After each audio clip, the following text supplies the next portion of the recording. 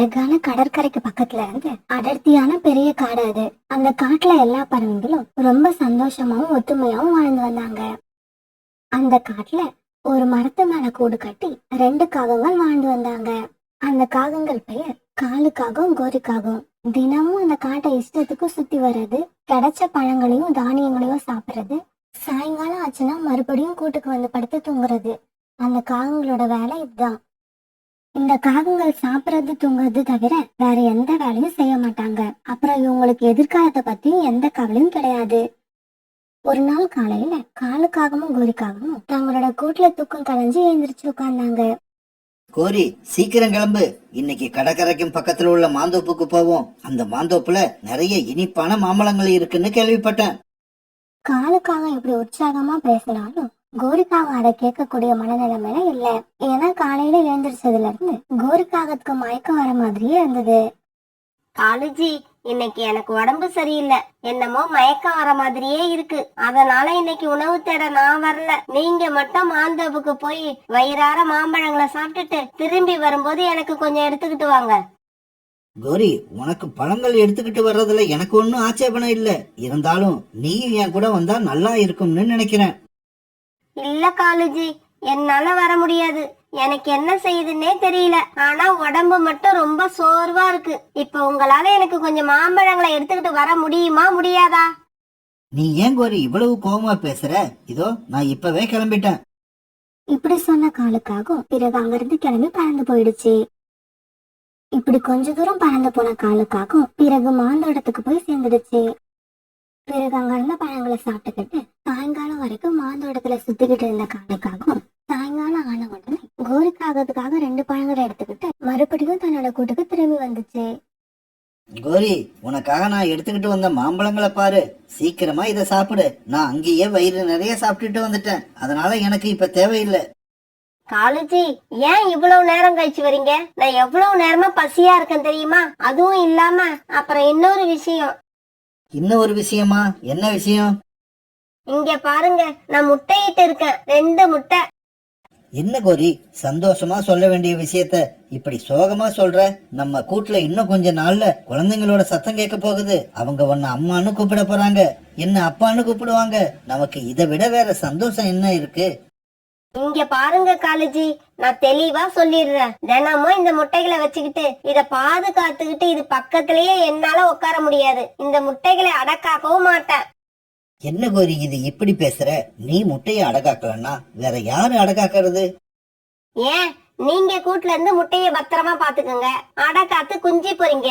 யார் வேண்டான்னு சொன்னது? கோரி, இதெல்லாம் நடக்கிற காரியமா? அடகாத்து குஞ்சு பறிக்க வேண்டியது உன்னோட வேலை. உனக்கும் நம்ம குழந்தைக்கும் தேவையான உணவை கொண்டு வர்றது என்னோட வேலை. அதெல்லாம் எனக்கு தெரியாது காலுஜி. என்னால முட்டை மேல உட்கார முடியாது. நீங்களும் கூட்டுல இருந்து இந்த முட்டைய பாத்துக்க மாட்டீங்கன்னு எனக்கு தெரியும். அதனால நான் ஒரு முடிவுக்கு வந்திருக்கேன். முடிவா? என்ன முடிவு? முட்டைய உடைச்சி அழிச்சிடலாம்னு நினைக்கிறியா? கோரி, அதுக்கு நான் எப்பவுமே ஒத்துக்க மாட்டேன். காலுஜி, என்னோட முட்டைய நானே அழிக்கிற அளவுக்கு நான் ஒன்னும் இரக்கம் இல்லாதவ கிடையாது. அப்புறம் இந்த பிரச்சனைக்கு என்னதான் முடிவு? வாங்க, உங்க மாமாவை போய் பார்த்துட்டு வருவோம். அவர் தான் இந்த பிரச்சனைக்கு என்ன முடிவுன்னு சொல்லுவாரு. பிறகு காலுக்காகவும் கோரிக்காகவும் காலுக்காகத்தோட மாமாவை பார்க்க பறந்து போனாங்க. இப்படி போன இவங்க தங்களுடைய பிரச்சனை என்னன்னு காலுக்காகத்தோட மாமா கிட்ட சொன்னாங்க. டேய் காலு, நான் எவ்வளவோ பிரச்சனையை கேள்விப்பட்டிருக்கேன். ஆனா இந்த மாதிரி பிரச்சனையை இது வரைக்கும் கேள்விப்பட்டதே இல்ல. இருந்தாலும் இதுக்கு ஒரு வழி இருக்கு. அதுக்கு நீங்க கொஞ்சம் ரிஸ்க் எடுக்க வேண்டி இருக்கும். சொல்லுங்க மாமா. நான் முட்டை மேல உட்காந்து அடகாக்காம இருக்கிறதுக்காக எவ்வளவு பெரிய ரிஸ்க் வேணாலும் எடுப்பேன். உங்கள மாதிரியே எந்த பறவை தன்னோட கூட்டுல 2 முட்டை இட்டிருக்குன்னு காடு பூரா போய் தேடி பாருங்க. அப்படி உள்ள கூட்டை கண்டுபிடிச்ச உடனே உங்களோட முட்டைய கொண்டு போய் அந்த கூட்டுல வச்சுட்டு அந்த பறவையோட முட்டையை எடுத்துக்கிட்டு வந்து கீழே போட்டு அழிச்சிடுங்க. மாமா, நீங்க சொல்றபடி நாங்க செஞ்சு முடிச்சிட்டோம்னா அடுத்து என்ன நடக்கும்? என்ன நடக்கும்? கொஞ்ச நாள் கழிச்சு உங்க முட்டையில இருந்து 2 காக்கா குழந்தைங்க வெளியே வரும். அத பாத்துட்டு அந்த பறவைங்க இது நம்மளோட குழந்தை இல்ல, இது காக்காவோட குழந்தைங்க அப்படின்னு கவலைப்பட்டுக்கிட்டு இருப்பாங்க. அந்த சமயத்துல நீங்க போய் இது என்ன காக்கா குழந்தை மாதிரி இருக்கு, இத நீங்க எப்படி வளர்க்க முடியும், வேணும்னா எங்க கிட்ட கொடுங்க, நாங்க வளர்த்துக்கிறோம்னு சொல்லி வாங்கிக்கிட்டு வந்துருங்க. மாமா, உங்க யோசனை நல்லாதான் இருக்கு. இருந்தாலும் அந்த பறவைங்க எங்க குழந்தைங்களை கொடுக்க மாட்டேன்னு சொல்லிட்டா? டேய் காலு, காக்காவோட குழந்தைகளை வளர்க்கறதுக்கு எந்த பறவையுமே விருப்பப்படாது. தைரியமா நான் சொன்னதை செய், நீ நினைச்சது நடக்கும். பிறகு காலுக்காகவும் கோரிக்காகவும் தங்களோட காட்டுக்கு திரும்பி வந்தாங்க. மறுநாள் பொழுது விடிஞ்சிச்சு. அன்னைக்கு காலையிலேயே கூட்ட விட்டு கிளம்பின காலுக்காகவும் நல்ல உயரமா பறந்து அந்த காட்டுல உள்ள எல்லா பறவைங்களோட கூடுகளையும் நோட்டமிட ஆரம்பிச்சது. இப்படி ரொம்ப தூரம் சுத்தின காலுக்காகவும் பிறகு ஒரு இடத்துல ரோனிக்குருவியோட கூடு இருந்ததை பார்த்தது. அந்த கூட்டுல 2 முட்டையும் இருந்தது. இத பார்த்த காலுக்காகவும் ரொம்பவும் சந்தோஷமா தன்னோட கூட்டுக்கு திரும்பி பறந்து போச்சு. கோரி, இன்னும் கொஞ்சம் தூரம் தள்ளி இருக்கிற ஒரு மரத்துல ரோனி குருவி கூடு கட்டி இருக்கு. ஒன்ன மாதிரியே அந்த கூட்டுல ரோனி குருவியும் 2 முட்டையிட்டு இருக்கு. இதுல இன்னும் ஒரு சந்தோஷமான விஷயம், அந்த முட்டையும் நம்ம முட்டை மாதிரியே பாக்குறதுக்கு வெள்ளையா இதே ஷேப்ல தான் இருக்கு. பிறகு இதுக்கப்புறம் காலுக்காகவும் கோரிக்காகவும் ரோனிக்குருவியோட கூட்டை எப்பவும் நோட் பண்ண ஆரம்பிச்சாங்க. பிறகு ஒரு நாள் ரோனிக்குருவியோட கூட்டுல யாரும் இல்லாதப்ப தங்களுடைய முட்டைய அந்த கூட்டுல கொண்டு போய் வச்சுட்டு அங்கிருந்து ரோனிக்குருவியோட முட்டைய தூக்கிட்டு வந்து கீழே போட்டு உடைச்சிட்டாங்க.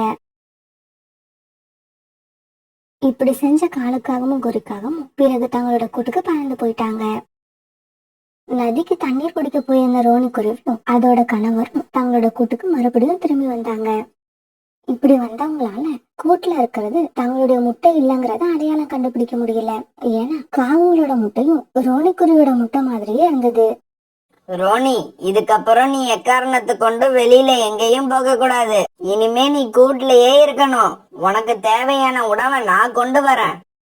ஆமாங்க, நானும் இனிமேல் வரப்போற குழந்தைங்களுக்காக சந்தோஷமா காத்துக்கிட்டு இருக்க போறேன். இதுக்கப்புறம் உள்ள ஒவ்வொரு நிமிஷமும் நான் அவங்களுக்காகவே செலவழிப்பேன். காலுஜி, இப்ப பாத்தீங்களா, நானும் என்னோட இஷ்டத்துக்கு சுத்துறேன், சாப்பிடுறேன், கவலை இல்லாம இருக்கேன். ஆனா நான் இட்ட முட்டைகள் 2ம் இப்பவும் பாதுகாப்பாவே இருக்கு. ஆமாங்கோரி, நீ சொல்றது உண்மைதான். இப்படி எல்லாம் கூட செய்யலாம்னு நம்மள தவிர வேற எந்த பறவைக்குமே தெரியாது. இப்படி பேசிக்கிட்ட காலுக்காகவும் கோரிக்காகவும் பிறகு எந்த கவலையும் இல்லாம அந்த காட்டையே சுத்தி சுத்தி வந்தாங்க. இப்படியே சில நாட்கள் நகர்ந்துச்சு. பிறகு காகங்களோட முட்டையில இருந்து குழந்தைங்க வெளிவர அந்த நாளும் வந்தது. ரோனி, எனக்கு என்னமோ நம்ம முட்டைகள் லேசா அசைற மாதிரி இருக்கு. முட்டையில இருந்து குழந்தைகள் வெளியே வர போகுதுன்னு நினைக்கிறேன். ரோனிக்குருவியோட கணவர் இப்படி சொல்லிக்கிட்டே இருக்கும் பொழுது முட்டைகள் 2 உடைஞ்சு 2 காகங்களோட குழந்தைங்க வெளியே வந்தாங்க. தங்களுடைய முட்டையில இருந்து காகத்தோட குழந்தைங்க வெளிவரத பார்த்த ரோனிக்குருவியும் ரோனிக்குருவியோட கணவரும் ரொம்பவும் அதிர்ச்சி ஆயிட்டாங்க. இல்ல இல்ல, இது என்னோட குழந்தைங்க இல்ல. நம்ம குழந்தைங்களை பாருங்க, இவங்க ஏன் நம்மள மாதிரி இல்ல? ரோனி, இந்த குழந்தைகளை பாக்குறப்ப காகங்களோட குழந்தைங்க மாதிரி இருக்கு. இது எப்படி நடந்துச்சுன்னு எனக்கு ஒண்ணுமே புரியல. இந்த முட்டையில இருந்து காகங்களோட குழந்தைகள் வெளியில வருதுன்னா அப்ப நம்ம முட்டைகள் எங்க போச்சு? பிறகு தங்களோட குழந்தைங்களை நினைச்சு ரோனியும் ரோனியோட கணவரும் அழ ஆரம்பிச்சாங்க. ரோனி, எனக்கு இப்பதான் கொஞ்சம் கொஞ்சமா புரியுது. இந்த காகங்கள் நம்ம கூட்டுக்கு வந்து நம்ம முட்டையை எடுத்துக்கிட்டு அதுக்கு பதிலா அவங்களோட முட்டையை இங்க வச்சுட்டு போயிருக்காங்க. தங்களோட முட்டையை இப்படி அடுத்த கூட்டுல வச்சுட்டு போற எந்த காகமும் அம்மாவா இருக்கவே தகுதி இல்லாதவங்க. ரோனி, இங்க பாரு, எந்த தப்புமே செய்யாத இந்த காகத்தோட சின்ன குழந்தைங்க 2 பேரும் பசியில அழுதுகிட்டு இருக்காங்க.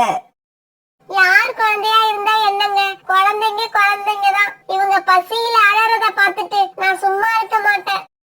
இப்படி சொன்ன ரோனிக்குருவி பிறகு தன்னுடைய அழகால அழுதுகிட்டு இருந்த காகத்தோட குழந்தைங்களுக்கு திராட்சை பழத்தை கொடுத்தது. பிறகு கொஞ்ச நேரம் கழிச்சு அந்த வழியா பறந்து வந்த காலுக்காகவும் ரோனிக்குருவியோட கூட்டுல தங்களுடைய குழந்தைங்க இருக்கிறத பாத்துருச்சு. ஆஹா, குழந்தைங்களா, முட்டையில இருந்து வெளியே வந்துட்டீங்களா? இதோ இப்பவே போய் உங்க அம்மா கிட்ட சொல்லி அவளையும் அழைச்சுக்கிட்டு வரேன். இப்படி நினைச்ச காலுக்காகவும் பிறகு அங்கிருந்து திரும்பி தன்னுடைய கூட்டுக்கு பறந்து போச்சு. புரி, குழந்தை பிறந்துருச்சு. நம்ம முட்டையில இருந்து 2 அழகான சின்ன குழந்தைங்க பிறந்துருச்சு. நான் பாக்குறப்ப ரோனி குருவி நம்மளோட குழந்தைங்களுக்கு திராட்சை பழத்தை ஊட்டிக்கிட்டு இருந்தது. அப்படியா? நமக்கு குழந்தைங்க பிறந்துட்டாங்களா? அவங்கள பார்க்கணும் போல ரொம்பவும் ஆசையா இருக்கு. சீக்கிரமா கிளம்புங்க. இப்படி போன காகங்கள் 2 பேரும் ரோனிக்குருவியோட கூட்டுக்கு பக்கத்துல இருந்த மரத்துல போய் உட்கார்ந்தாங்க. என்ன ரோனி குருவி, எப்படி இருக்கீங்க? உங்களை பார்த்தே ரொம்ப நாள் ஆகுது. ஆமா, இது என்ன காகத்தோட குழந்தைகள் உங்களோட கூட்டுல இருக்கு? இது எப்படி நடந்துச்சு? காகங்களோட குழந்தைங்களை எப்படி வளர்க்கறதுன்னு உங்களுக்கு தெரியுமா? அது ரொம்பவும் கஷ்டமான விஷயம். உங்களால முடியலன்னா எங்க கிட்ட கொடுத்துருங்க, அவங்க 2 பேரையும் நாங்க வளர்த்துக்கிறோம். இதை கேட்ட ரோனி குருவி எதுவும் பேசாம மௌனமா இருந்தது. ஆனா காகங்கள் வந்து இப்படி கேட்ட உடனே ரோனி குருவியோட கணவருக்கு நடந்தது எல்லாம் தெளிவா புரிஞ்சிருச்சு. காகங்களே, எனக்கு எல்லாம் தெளிவா புரிஞ்சிருச்சு. நீங்க 2 பேரும் திட்டம் போட்டு உங்களோட முட்டையை கொண்டு வந்து எங்களோட முட்டைகள் இருந்த இடத்துல வச்சுட்டு போயிருக்கீங்க. எங்க முட்டையை எடுத்துக்கிட்டு போய் எங்கேயோ அழிச்சிட்டீங்க. அதனாலதான் குழந்தைகள் பிறந்ததுக்கு அப்புறம் அவங்கள வாங்கிக்கிட்டு போலான்னு வந்திருக்கீங்க. இல்ல இல்ல, தயவு செய்து நீங்க அப்படியெல்லாம் தப்பா நினைக்காதீங்க. பொதுவா காகத்தோட குழந்தைங்களை யாருமே வளர்க்க விருப்பப்பட மாட்டாங்க. அதனாலதான் நாங்க அப்படி கேட்டோம். இப்பவும் ஒண்ணும் கெட்டு போகல. உங்களுக்கு இந்த குழந்தைங்களை வளர்க்க விருப்பம் இல்லைன்னா எங்க கிட்ட கொடுத்துருங்க. பிறகு கொஞ்ச நேரம் யோசிச்ச ரோனி குருவியோட கணவர் இப்படி பேச ஆரம்பிச்சது. இந்த குழந்தைங்க உங்க குழந்தைங்கன்னு எனக்கு நல்லா தெரியுது. என்ன பண்றது, எனக்கு வேற வழியும் தெரியல. உங்க குழந்தைங்களை நீங்களே எடுத்துக்கிட்டு போங்க. ரோனி குருவியோட கணவர் இப்படி சொன்ன உடனே ரோனி குருவிக்கு பயங்கர கோபம் வந்துருச்சு. இவ்வளவு நேரம் மௌனமா இருந்த ரோனி குருவி இப்பதான் பேச ஆரம்பிச்சது. இங்க பாருங்க, இந்த காகங்களோட குழந்தைங்க நம்ம கூட்டுல இருக்கணுமா வேண்டாமாங்கிறது நீங்க முடிவு பண்ண முடியாது. அந்த முட்டைகளை இவ்வளவு நாள் என் உயிரை கொடுத்து அடை காத்து பசி தூக்கத்தை மறந்து இந்த குழந்தைங்களை வெளியே வர வச்ச நான் தான் முடிவு பண்ணணும். இந்த குழந்தைங்க என்னோட குழந்தைகளா இல்லாம இருக்கலாம், இருந்தாலும் நான் அடக்காத்த ஒவ்வொரு நிமிஷமும் இவங்களை என்னோட குழந்தையாவே நினைச்சுதான் இவங்களுக்கு நான் உணவு கொடுத்தேன். இப்படி ஒவ்வொரு நிமிஷமும் என்னோட குழந்தைன்னு நினைச்சு இப்ப இவங்க என்னோட குழந்தையாவே ஆயிட்டாங்க. கோரி, காலு, உங்களுக்கு எல்லாம் அம்மா அப்பாவா இருக்க தகுதியே கிடையாது. இதுக்கப்புறம் என்னோட முகத்துல முழிக்காதீங்க, போங்க இங்க இருந்து. ரோனி குருவி இப்படி தீர்மானமா சொன்னதும் வேற வழி இல்லாத கோரி அழுதுகிட்டே இப்படி பேச ஆரம்பிச்சது. ரோனி, என்ன மன்னிச்சிடு. இந்த மாதிரி முட்டைகளை மாத்த சொல்லி என்னோட கணவரை நான் தான் வற்புறுத்தினேன். ஏன்னா அப்ப எனக்கு அடை காக்கிறது அவ்வளவு பெரிய கஷ்டமான விஷயமா தெரிஞ்சிச்சு. ஆனா இப்ப என்னோட குழந்தைங்க முகத்தை பார்க்கும்போது இவங்களுக்காக நான் எதையும் செய்யலாம்னு தோணுது. தயவு செய்து நான் செஞ்ச தப்ப மன்னிச்சிடுங்க. என்னோட குழந்தைங்களை என்கிட்ட கொடுத்துடுங்க. கோரி, என்னோட உயிரே போனாலும் சரி, இந்த குழந்தைங்களை நான் தான் வளர்ப்பன தவிர உங்ககிட்ட கொடுக்கவே மாட்டேன். இதுக்கு மேலேயும் நீங்க 2 பேரும் இங்க நின்னு குழந்தைய கேட்டீங்கன்னா பிறகு பருந்து மகாராஜா கிட்ட போய் புகார் கொடுக்க வேண்டியிருக்கும். பிறகு காலுக்காகவும் கோரிக்காகவும் தாங்க செஞ்ச தவறு நினைச்சு அழுதுகிட்டே அந்த இடத்த விட்டு பறந்து போனாங்க. தூரமா இருந்த ஒரு அடர்த்தியான காட்டுல சோனா குருவியும் சோனாவோட பொண்ணு பியூட்டியும் வாழ்ந்து வந்தாங்க.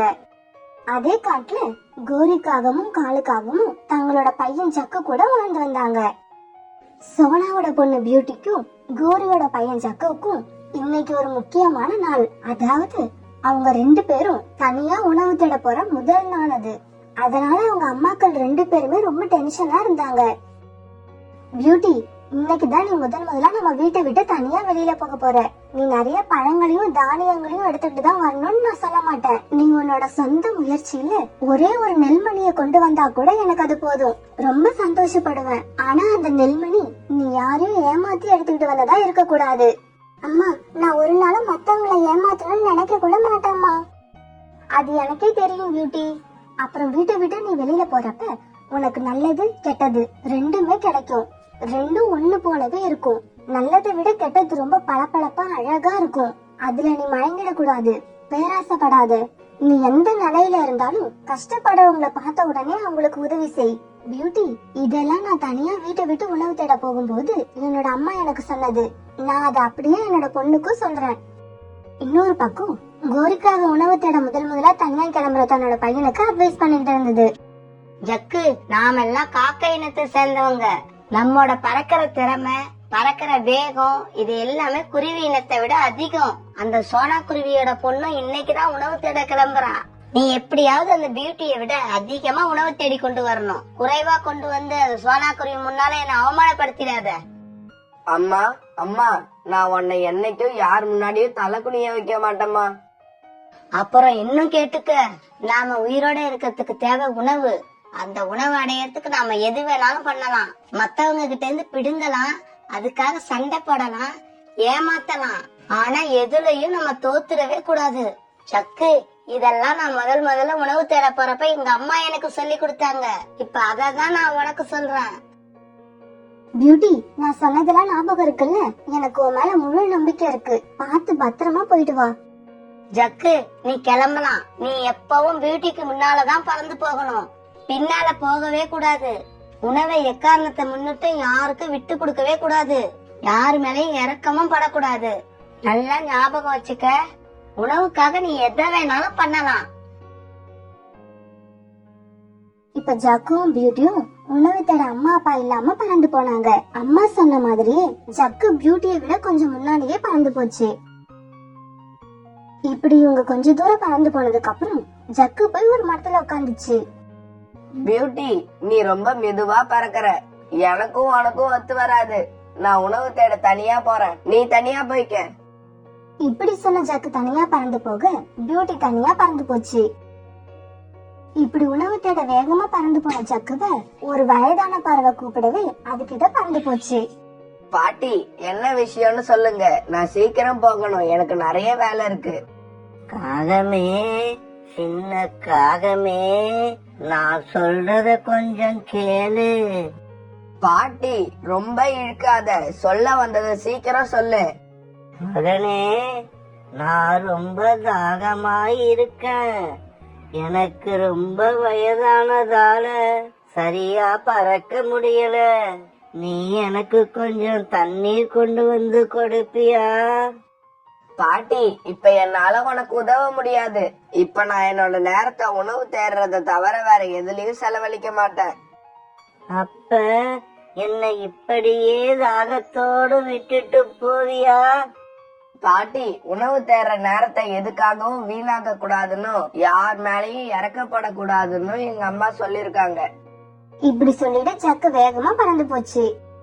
என்ன, இந்த காகம் கொஞ்சம் கூட இறக்கமே இல்லாதது போல இருக்கு.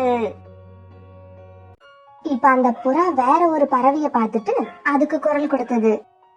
குருவி, சின்ன குருவி, நான் சொல்றத கேளு. சொல்லுங்க பாட்டி, என்ன விஷயம்? நான் ரொம்ப தாகமாய் இருக்கேன். எனக்கு கொஞ்சம் தண்ணீர் கொண்டு வந்து கொடுக்க முடியுமா? பாட்டி, இன்னைக்குதான் நான் முதலா உணவு தேட வந்தேன். இருந்தாலும் நீங்க ரொம்ப தாகமா இருக்கீங்க. அதனால உங்க தாகத்துக்கு தண்ணீர் கொடுத்துட்டு அப்புறம் போய் உணவு தேடுறேன். இப்படி சொன்ன பியூட்டி நதிக்கு போய் தண்ணீர் எடுத்துட்டு வந்து அந்த வயதான புறாவுக்கு கொடுத்துச்சு. மகளே, நீ ரொம்ப நல்லா இருக்கணும். இந்த வயசுல நீ இப்படி உதவி செய்யறன்னா உங்க அம்மாவும் ரொம்ப நல்லவங்களாய் இருக்கணும். இனி நீ கிளம்பலாம். கடவுள் என்னைக்கும் உன் கூடவே இருப்பாரு. பிறகு பியூட்டி அங்கிருந்து கிளம்பி உணவு தேட போச்சு. உணவு தேடி பறந்துகிட்டு இருந்த ஜக்கு ஓய்வு எடுக்க ஒரு மரக்கிளையில உட்காந்துச்சு. இன்னைக்கு பியூட்டியை விட எப்படியாவது அதிகமா உணவு தேடிக்கிட்டு போயாகணும். அப்பதான் நம்ம அம்மா ரொம்ப சந்தோஷப்படுவாங்க. மகனே, இப்பவாவது நான் சொல்றத கேளு. இந்த குரல் கேட்டதும் ஜக்கு திரும்பி பார்க்க அங்க ஜக்கு ஏற்கனவே பார்த்த வயதான புறா இருந்துச்சு. பாட்டி, நீங்க எங்க இப்படி என் பின்னாலேயே பறந்து வந்துட்டீங்களா? உங்களுக்கு இன்னும் யாரும் தண்ணி கொண்டு வந்து கொடுக்கலையா? ஏன் பாட்டி என் உயிரை எடுக்கிறீங்க?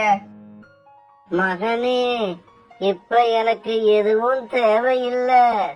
உனக்கு நான் உதவ வந்திருக்கேன். பாட்டி, தண்ணி குடிக்க கூட அடுத்தவங்க உதவியை எதிர்பார்க்கற நீ எனக்கு எப்படி உதவி செய்ய முடியும்? எனக்கு இப்ப நிறைய தானியங்கள் வேணும். உன்னால அதை கொடுக்க முடியுமா? உனக்கு தேவையான அளவு என்னால தானியங்களை கொடுக்க முடியும். ஆனா அதுக்கு நான் சொல்ற வேலை ஒண்ணு நீ செஞ்சு முடிக்கணும். நிறைய தானியங்களை உன்னால எனக்கு உண்மையிலேயே கொடுக்க முடியும்னா அதுக்காக நான் என்ன செய்ய வேணாலும் தயாரா இருக்கேன். என்ன செய்யணும்னு சொல்லுங்க, இப்பவே செய்யறேன். அதோ நம்ம எதிர இருக்கிற அந்த கூட்ட நல்லா பாரு. பார்த்துட்டு அதுல என்ன இருக்குன்னு சொல்லு. ஜக்கு அந்த கூட்டை நல்லா பாத்துச்சு. அந்த கூட்டுல 2 சின்ன குருவி குழந்தைங்க இருக்காங்க. அந்த 2 குருவி குழந்தைங்கள்ல ஒரு குருவிய நீ கீழே தள்ளி விட்டு கொல்லணும். அப்படி நீ செஞ்சா நீ கேட்டது உனக்கு கிடைக்கும். அப்படியா? கண்டிப்பா செய்யறேன். உணவு கிடைக்கும்னா எதை வேணாலும் செய்யலான்னு எங்க அம்மா சொல்லிருக்காங்க. இப்படி சொன்ன ஜக்கு கொஞ்சம் கூட யோசிக்காம பறந்து போய் ஒரு குருவியை கீழே தள்ளி விட்டது. கீழே விழுந்த அந்த குருவி தலையில அடிபட்டு இறந்தே போயிடுச்சு.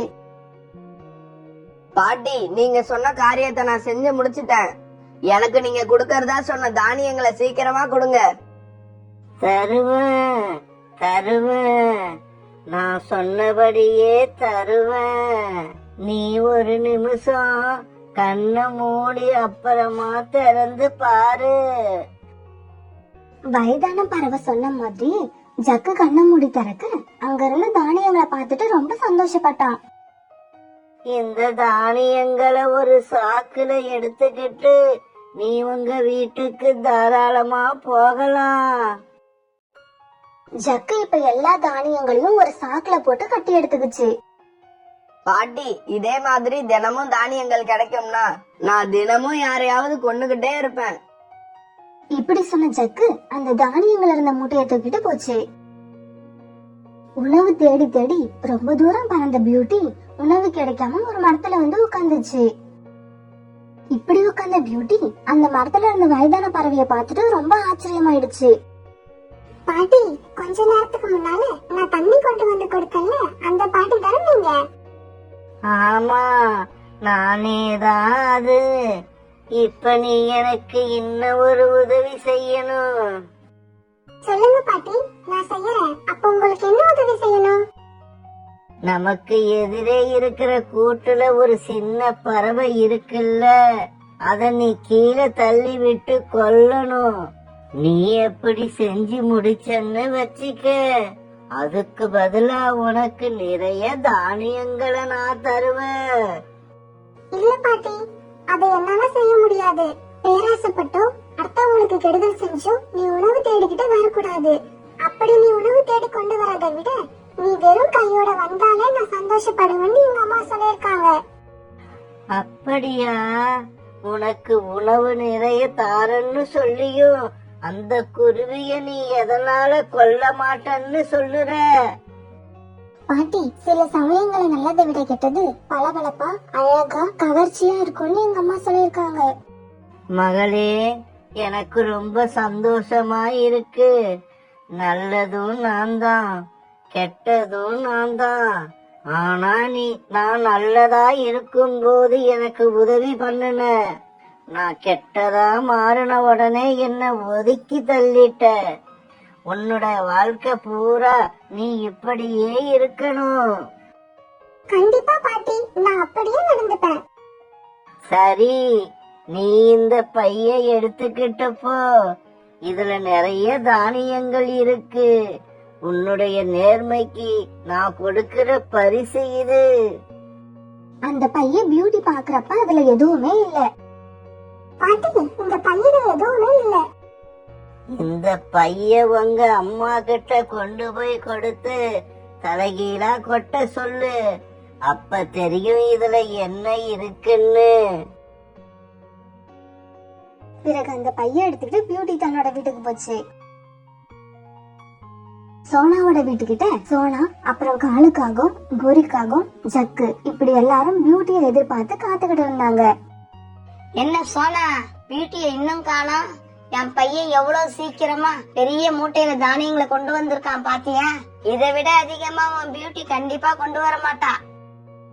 கோரி அக்கா, நான் என் பியூட்டி நிறைய தானியங்களை கொண்டு வரணும்னு ஆசையே பட மாட்டேன். அவ நேர்மையான முறையில கொஞ்சம் கொண்டு வந்தா கூட எனக்கு அதுவே போதும். அம்மா அம்மா, பியூட்டி என்னை விட கொஞ்சமாதான் உணவு கொண்டு வரும்னு சோனா ஆண்டிக்கு தெரிஞ்சு போயிடுச்சு. அதனாலதான் இப்படி பேசுறாங்கன்னு நினைக்கிறேன். ஜக்கு இப்படி சொல்ல 3 பேரும் விழுந்து விழுந்து சிரிச்சாங்க. 3 பேரும் இப்படி சிரிச்சுக்கிட்டு இருக்கும் போது அந்த காலி பையன் எடுத்துட்டு பியூட்டி அங்க வந்துச்சு. அம்மா அம்மா, பியூட்டிய பாருங்க, காலி பைய தூக்கிட்டு வந்திருக்கு. அதனால என் மூட்டைய முதல்ல பிரிச்சு கொட்டுங்கம்மா. ஜக்கு இப்படி சொன்னதும் கோரி ஜக்கு கொண்டு வந்த மூட்டையை பிரிச்சு கொட்ட அதுல இருந்து மாட்டு சாணம் நிறைய வந்து விழுந்தது. ஜக்கு, என்னடா இது, வெறும் மாட்டு சாணமா வந்து கொட்டுது? இப்ப சோனா பியூட்டியோட காலி பைய தலைகீழா கொட்ட அதுல இருந்து நிறைய தானியங்கள் வந்து விழுந்தது.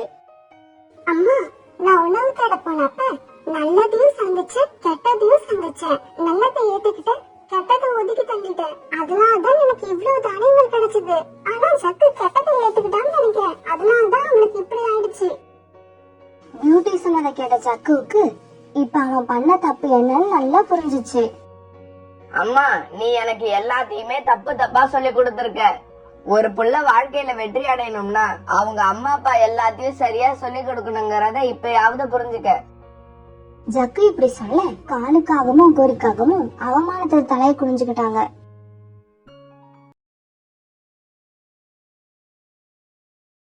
சோனா குருவி அந்த காட்டுல உள்ள